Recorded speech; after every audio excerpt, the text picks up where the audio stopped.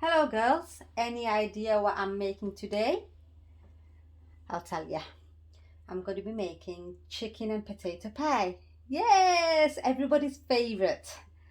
So for that, you're going to be needing 2 chicken breast, boneless. You can by all means use bones ones, but it means just picking them out and just time wasting really.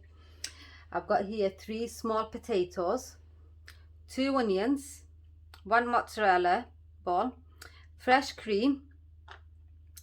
You're going to need a bit of oil, some grated cheese, any cheese of your choice, 1.5 teaspoon of salt, half a teaspoon of pepper, couple of packets of puff pastry. These are frozen block ones. You can already get the ready-made ones which are already rolled out, or be a bit creative and make your own puff pastry. But I always thought, you've got them ready-made ones, why making them? I'm going to be making my pie with this pie maker. It's quite old and I've had that for years and I absolutely love it. But if you haven't got one of those pie makers, girls, don't worry, don't panic. You've always got the cake tins, the normal ones. You do exactly the same thing as you would do with the pie maker. Grease it with oil, then put a layer of pastry and then the filling, and then another layer of pastry. The only difference is this is going to take you about 10 minutes, 7 minutes for 4 pies to be made, whereas this one's going to take you about 35 minutes. So it's your choice which one you want to use. So without delaying, let's do all our chopping and peeling. So you can slice it or dice it, it's up to you, but try and make it into small pieces.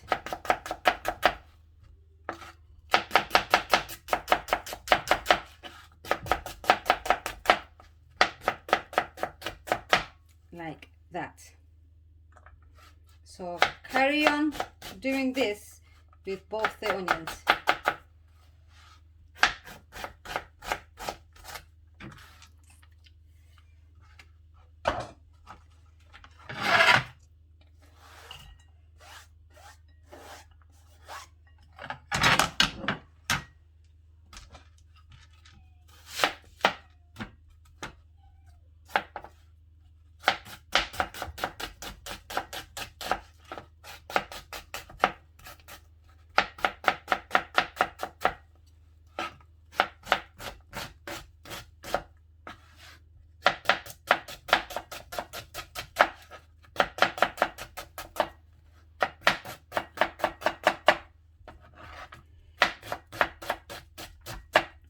There we are, and then put them in a bowl or plate and leave it aside.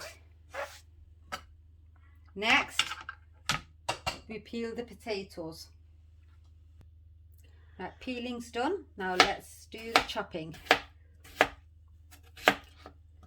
Now when you're chopping the potatoes, try and keep them quite small. I'll tell you why. Because as I've showed you before, the pie maker is like small size and they make very small pies, and you don't want big chunky potatoes in your pie and less chicken.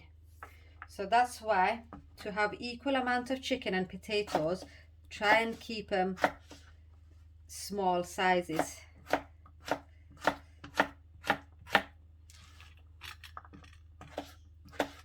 Right, and do that with the other 2 potatoes.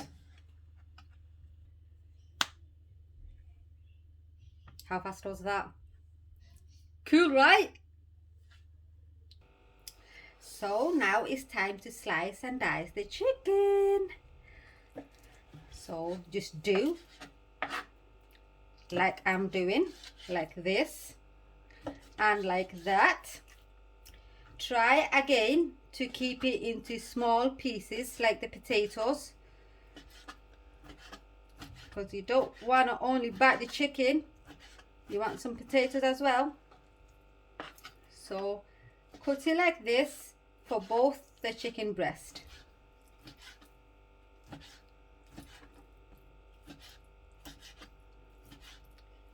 Be careful, girls, not to cut your fingers. You don't want to taste any blood.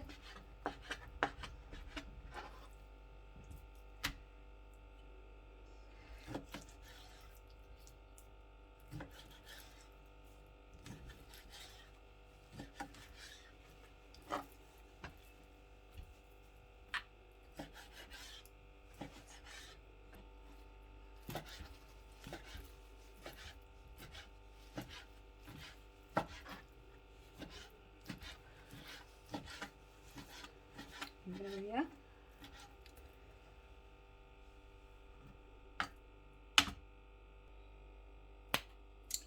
Both my chickens are cut. So let's start adding our oil to a hot pan, about a tablespoon. There we go. So let's start adding our onions first.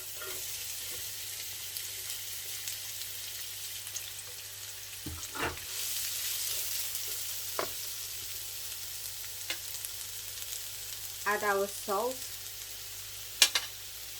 and then give it a mix.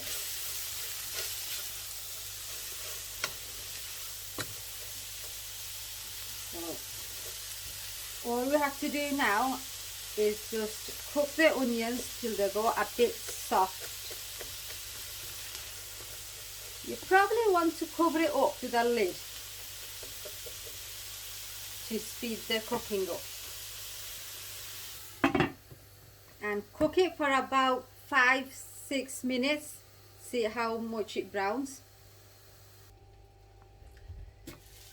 So let's see how the onions, all the onions are glazed. That's what you want. So now let's add the chicken. Make sure you wash them. There's the chicken. So add them all in and give them a mix. Now mix them all properly and cover them up for about 5 minutes before we add our potatoes. If you think they're going to stick at the bottom, then don't be afraid to add a bit of hot water, but we'll see how it goes. Just cover and cook for 5 minutes.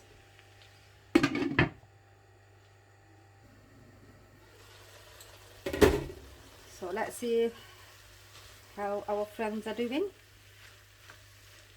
Right, so you can see some of them have gone a bit white, this chicken, and that is what meant to be happening, don't worry. So now I'm gonna add, see, I didn't add any water because it didn't need any water. The chicken is already giving some water out. So let's add our potatoes. And because you might say, how come the chickens aren't done and I'm adding the potatoes? The chicken, however, doesn't take that long to cook. Meat, however, does. Chicken doesn't. And the potatoes, because we cut them into small pieces, they won't take long to cook either. So they're both going to take the same amount of time cooking. So by the time the chicken is cooked, you've got your potatoes cooked. So now add your half a teaspoon of pepper, like that, and give it a mix. And then I'm going to cover it until the chicken and potatoes are cooked. And the way to check if they're cooked is to get a knife and then poke inside the potatoes, but they will take about 10 minutes to cook. Keep checking, keep an eye on it now and then to see if it doesn't burn, so that it doesn't burn. And if you think it needs water, girls, add water. Don't burn your potatoes and chicken, okay? But remember, don't add any water now, because you are the chicken is going to let some water out. So cover it, keep an eye on it, don't let it burn. So it's time to check on our chicken. Let's see. So it's barely 5 minutes. It's been 5 minutes now, and it's halfway. I'll add a bit of water to speed the cooking up. Just that much would do. Give it a mix.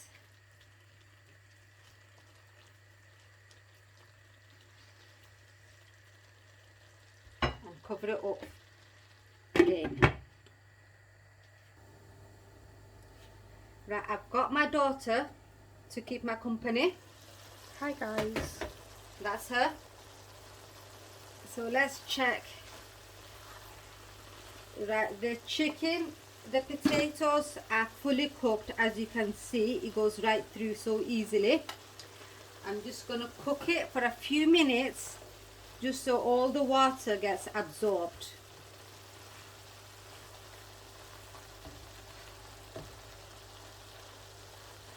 Just for a minute or so. Right, let's see. Right, yeah, the water has absorbed. So everything's cooked. As you can see, the potatoes are cooked and the chickens are cooked. Mum, can you show my sisters a close-up of a cooked chicken, please, so we know it's cooked? Cooked chicken. There you are. Obviously it's cooked because it's been about 10 minutes they've been cooking, and it's not transparent. It's all white all around, so you know it's, you know, fully cooked. All right. See? And obviously you'll know the potatoes are cooked because the knife went straight through. So now I'm gonna chop my cheese into small pieces. You can cut them with a knife the fancy way, or you can shred them with your fingers, but I'll use a knife. So there are my cheese balls, very fancily cut into small pieces. So add them in. I like my food cheesy. Yes, you do, I know. Well, in that case, I'll add a bit of extra grated cheese for you then. So, any cheese you want. I got the light one, only because it's healthier. Yeah, we're on a diet, as you can see. Yeah, I'll only put a bit in, like that. Don't be stingy. See, I did the extra bit for you there. So mix it all together. Gosh, they look so happy all together. I look so happy right now. And then add your cream. I'm only gonna add half of this. And keep on cooking till everything gets mixed together properly and the cheese gets dissolved, and it will get a bit thick and dry up. Now, you don't have to bake your pies today. You can leave it like that, put it in the fridge, cook it, you know, make the pies, you know, next day or the day after. But do keep in mind that it will thicken up as it dries. So I would switch off the flame now. It's still a bit runny, the cream, and I'm going to cover it up. And I'm going to let it cool down before I actually make the pies, and it will dry up. If you don't want it that much dried, then add a bit more of cream when you do at the beginning, and don't cook it and dry it up. Just keep it a bit runny, more than this, and it'll dry on its own, you know what I mean? So look at that cheese, look at that. So that's it, girls. That's the cooking done. Cover it up like that. Let it cool down. before making your pies. So that's the first stage done, and the second stage of the pie I will show you after this has cooled down. So for now, I'll say bye and have a good day, girls. Girls, my chicken mixture has cooled down. I've put it in a container just to save some space, and I'm gonna put that aside now. I've got my pie maker ready, my pastries ready, I've got my pastry cutters ready, everything's ready. So now what I'm gonna do, I'm gonna like flour my table space here, where I'm gonna roll out the pastry, and then start rolling out one of the pastry sheets.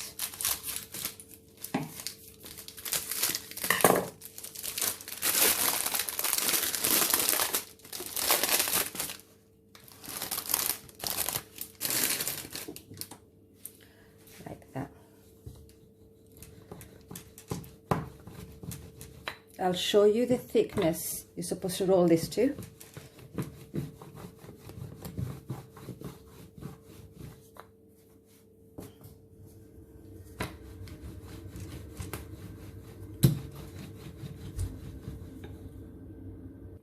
So I've rolled my pastry out, and this is the thickness you want. Not too thin and not really thick, just half an inch actually. Then with the cutter,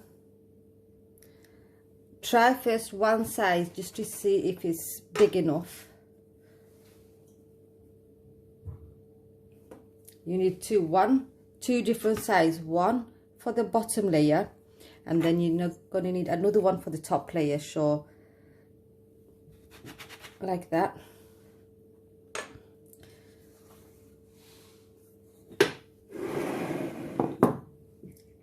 Turn your pie maker on. Then with a spray, just grease your pie maker. If you haven't got a spray, just use butter and a normal brush, just so that the pastry doesn't stick. That will do. And just try one pastry just to see if it fits. That's perfect. So I'm going to make 4 at the same time.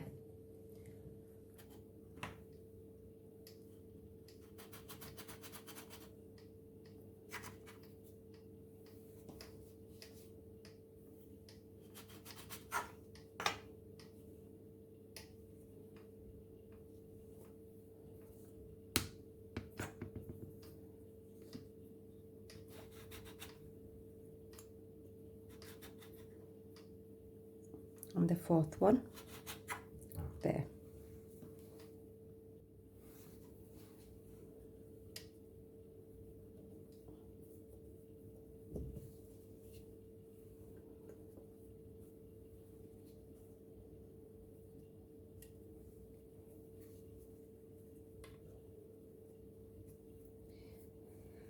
Then get a spoon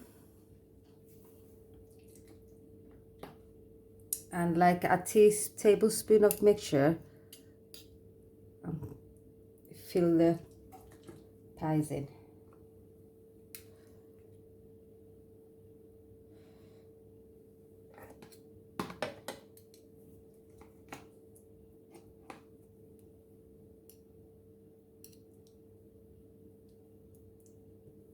Don't be stingy with the fillings, guys. There we go.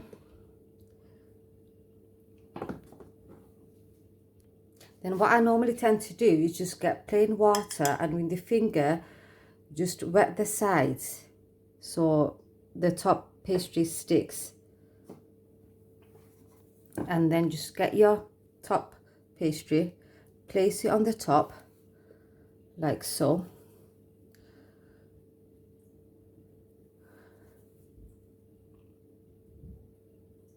If you feel as though they're not sticking properly, maybe you need to do a bigger size. And then just close your lid, and probably it'll take about 5-6 minutes for the first batch to be cooked. When the green light goes on, that means they're ready. But do, you know, like check how brown you want them. Open it, check it. If it's not cooked enough, brown enough, then close it and cook it for a bit longer. And that's it, guys. You can use different fillings of your choice. You can use half of that, keep it in the fridge. If you get any other fillings, use them. And then obviously with the rest of the pastry, scrunch it up and then make more out of them. So whilst the first batch is cooking, whilst I'm waiting, I'll just roll the leftover piece dough out and then roll them out as well. If you need more flour on the table surface, add more flour and roll the rest of them out. You probably make about 12 pies with one pastry block.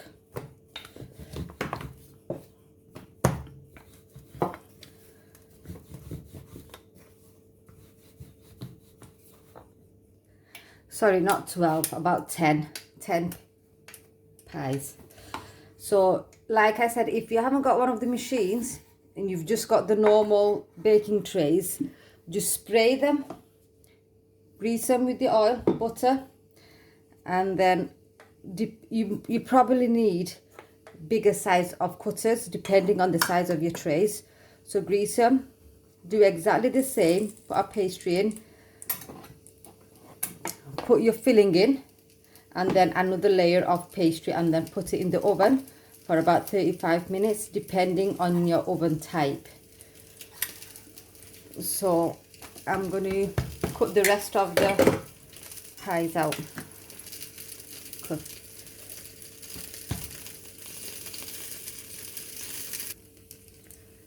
So my green lights come on, that means it's cooked and ready.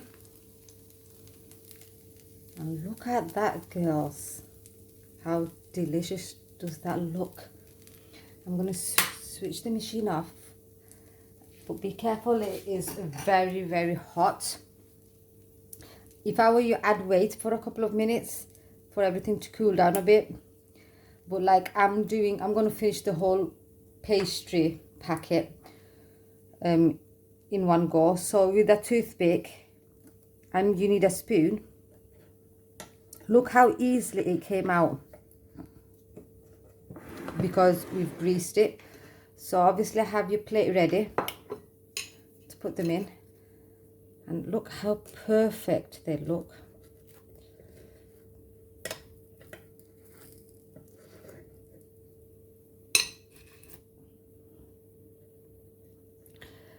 And because they've got grease already in, some of them are a bit tricky to get out. You don't have to grease it every single time. I think they've got enough grease on them. So it's only the first time you need to grease them. See, there's always one that has to be awkward. Always. There we go.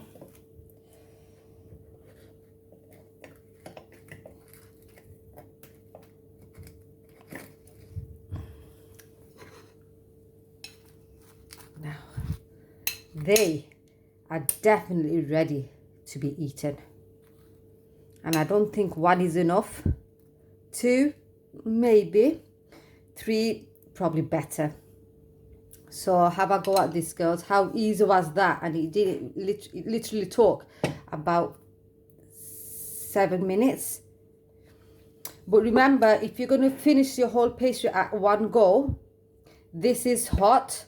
So soon as you put your pastry inside, because it's still hot, even after you turned it off, the pastry will try and like shrink inside.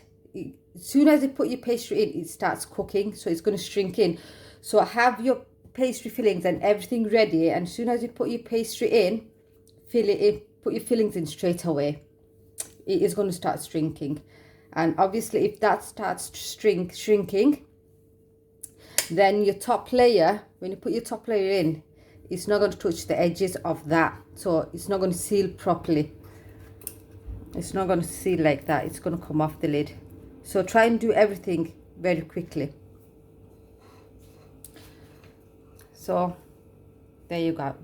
There you are, guys. My mini pies. Really, really good for a snack for yourself, or for, you know, when you have guests coming over. You can also, after it cools down, put it in a Ziploc bag and you can freeze it. That's what I normally do. I freeze it, and the next time somebody wants a quick snack, I get it out and then I grill it, or, you know, put it in the oven, and it stays crispy. Can you hear that? It's going to stay crispy. Obviously, if you do it on a microwave after getting it out of the freezer, it will be softened. It won't be crispy. So, see, can you hear that? If I were you, I'd put it in the oven or grill after you get it out of the freezer. Enjoy it, my girls. Have a good day.